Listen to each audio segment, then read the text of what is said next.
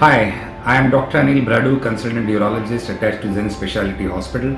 This is Prostate Cancer Awareness Month, and I'm going to tell you of something about prostate cancer which we all should know. Prostate cancer is one of the commonest cancer affecting men beyond the age of 50, and therefore we know that we have to pick it up in patients beyond the age of 50. Now, most of prostate cancers are asymptomatic. You have no symptoms whatsoever. Therefore, we should be able to detect prostate cancers early in these men. How do we do that?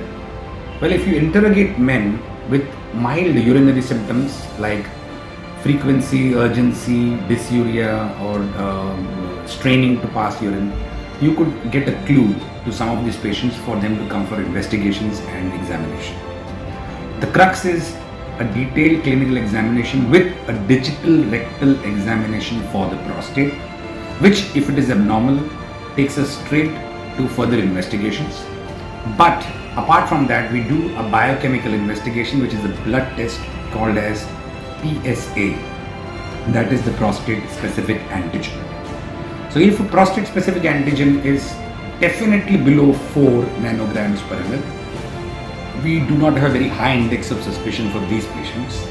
But if it is between 4 to 10 nanograms per ml, then these are borderline patients who could have suspicion of prostate cancer or who may not have prostate cancer. But those who are definitely beyond 10 nanograms per ml, majority, 70 to 80%, have a very high suspicion for prostate cancer unless there is something else to explain why the PSA is high. Barring this, the most important test which will clinch the diagnosis is doing a transrectal ultrasonography of the prostate with targeted prostate biopsies. Yes, biopsies will actually prove whether microscopically we can identify the cancer. Now, all who suffer from prostate cancer are not necessarily early prostate cancer or asymptomatic.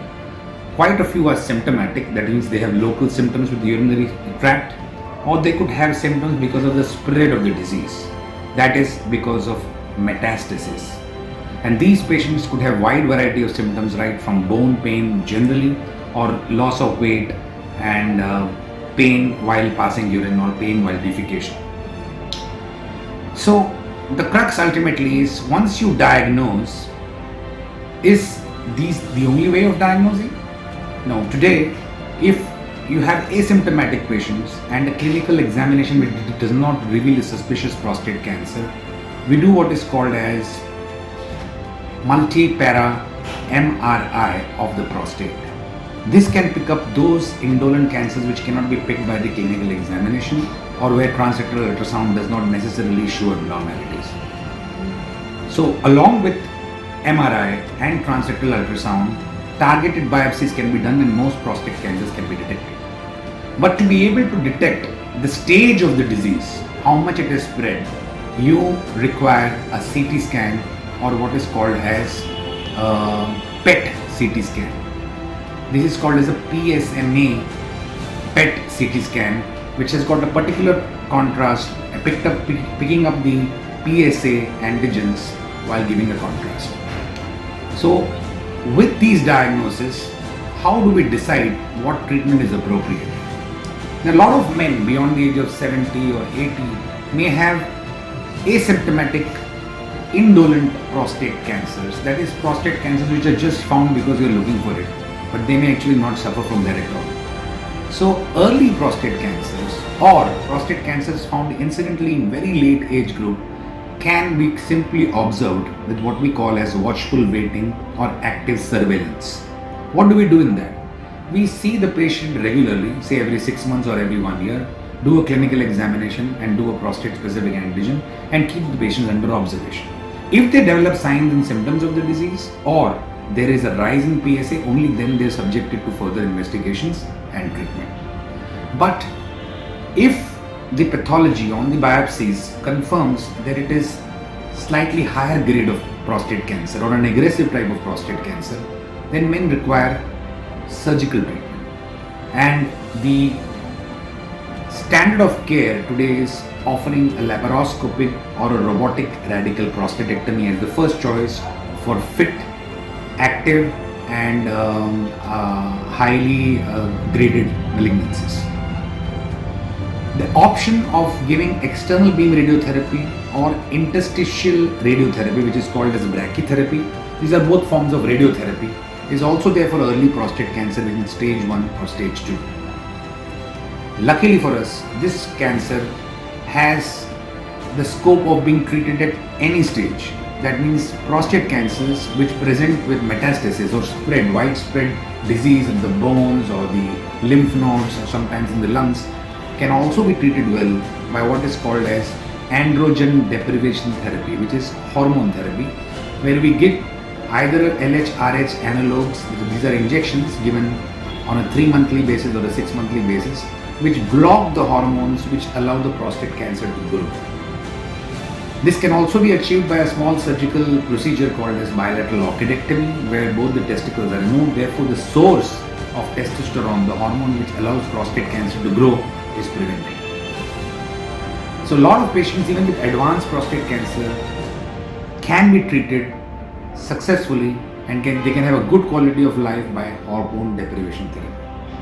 Now, amongst these patients, and when I mean these patients, we expect most of the patients who are on hormone deprivation therapy to respond well for the first 18 months. Almost 60 to 70% will respond well for 18 months.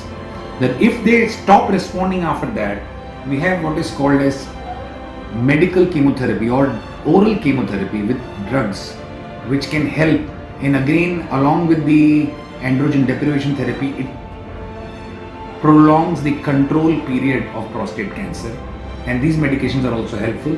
Sometimes chemotherapy along with this also helps us to give a good quality of life for this patient. So today, prostate cancer has been fairly well understood in terms of being able to detect and also being able to treat appropriate to the stage and the grade. One important matter is who are the people who should actually look to detect prostate cancer. Therefore, anyone who has a close first degree relative, that means either the father or the brother or the uncle, who has had prostate cancer less than at the age of 65 years at the time of presentation, these relatives should definitely undergo screening by a digital rectal examination, a prostate specific antigen test, and if required, a transrectal ultrasound or an MRI with transrectal ultrasound guided prostatic biopsies. These cancers can be detected early, and these are the people who should actually be screened early. Prostate cancer can be treated very well, and the quality of life can be improved significantly in all types of patients. But we must not be ignorant about prostate cancer. Every man beyond the age of 50 should have at least one annual examination of the prostate and tests advised by the urologist depending on the clinical findings.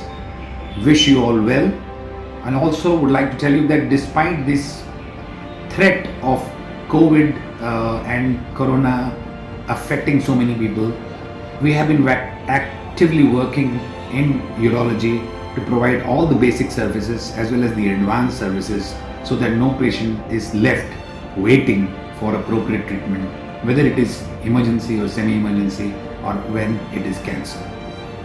Wish you all well. Take good care.